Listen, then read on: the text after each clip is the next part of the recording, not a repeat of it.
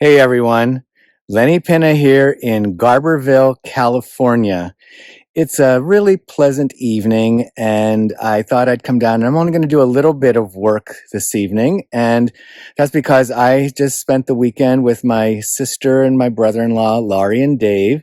They came for the weekend, and we had a really good time. You may have seen some of the reels I put on for Shelter Cove and Avenue of the Giants when we went to the Redwood Forest.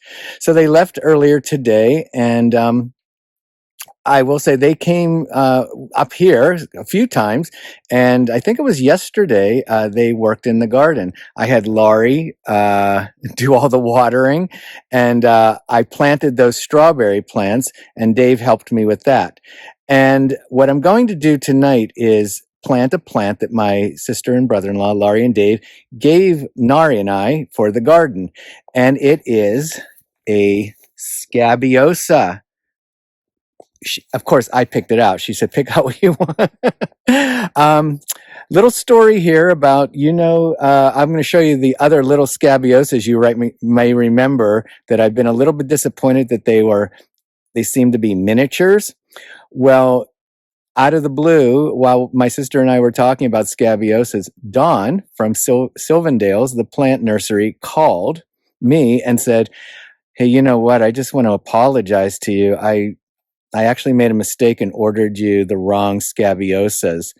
And I was like, so that's what I was wondering why they're like little miniatures. I was wondering, the taller ones with bigger flowers. And so, which is why I bought this one. And so that's the story of why I'm going to have more scabiosas. And I'll tell you more about that in a moment. First, I'll show you where the strawberries are.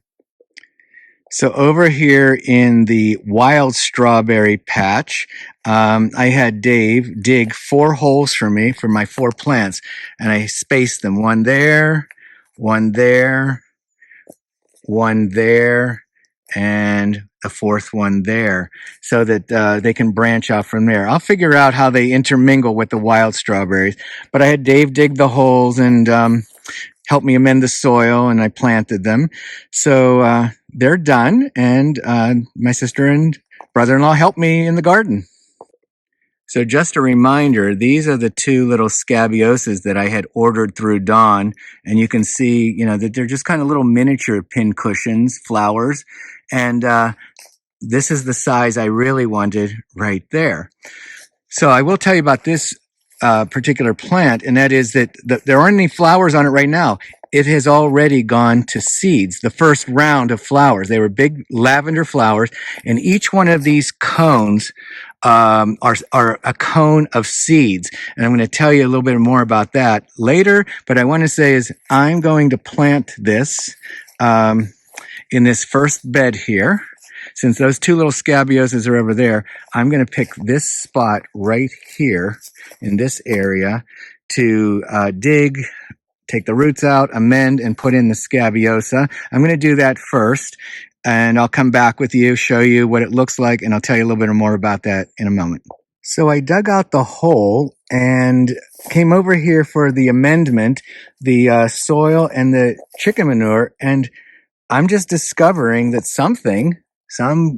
I'm imagining some creature got in this and got in it. These were stacked neatly, one on top of each other. I have no idea what is going on here. I'm going to have to ask Nari about it. So before I plant the scabiosa, I thought I would show you the roots, how they were bound in the pot. It definitely spent more time in a pot probably than it should have, which is why it sort of has this overwrought kind of quality. But no matter with these, I'm going to be able to plant them, cut them. New growth is new flowers are already budded there, and I'll be cutting off all the seeds and everything. So it will just revitalize itself. So I tore off and opened up the some of this root ball, give it some air. And roots are like hair. This will stimulate the growth by doing this before I put them in the ground. So now that this scabiosa is in the ground, I'm going to be cutting off all of these seed pods to stimulate its growth. And I'm going to zoom in here so that you can actually see. I hope there we go. Oops, too far. What the buds, these are the buds of the new flowers that are coming. You can see in between there's like a seed cone. Let me see if I can point it out right here. It's made up of, few dozen seeds. Each one of those would make a plant. So when they get to, let me see, I saw one down here. Where is it? Here.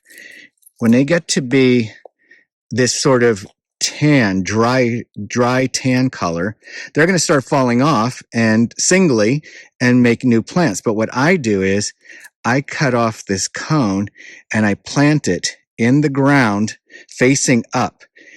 And I've done this before. And what happens is all of them germinate in that area and come up like a fountain of flowers. They're absolutely gorgeous and thick. So I like them like that, like a fountain rather than individually. So I'm giving this Scabiosa a little extra support with the stakes because it had been overgrown for the pot and, just a little bit top heavy. I'm leaving some of the seed pods on that are still a little green. And when they dry out, I'm going to plant those. But that one I showed you right there, I'm going to be putting into the ground facing up like that. And we're going to be able to watch it, hopefully by fall, see a big little clump of new growth of those. And I'll be putting a few more around this bed. I'm going to create just like a big fountains of these flowers. And what's kind of neat is the flowers grow up straight, but then they do this kind of curvy little thing, like this little romantic sweep. And it just creates a really lovely, both slightly manicured and slightly wild and free garden. And if you look at their leaves actually resemble, in just a tiny way, the wild arugula.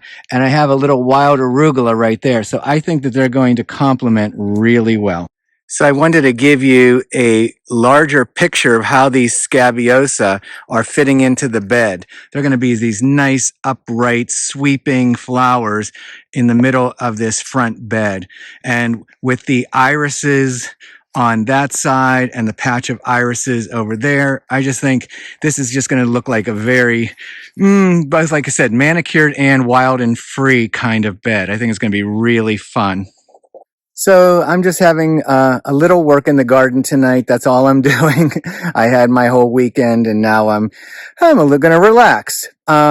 I want to thank you all for joining me. And if you're new to the channel and this is your first time seeing one of the videos, if you're interested in what this garden looked like about 6.5 weeks ago, all overrun and overgrown, you can go back to the beginning if you liked, where it says in the beginning and my first visit to the garden, and you can see how far it's come and you can see the progress if you like.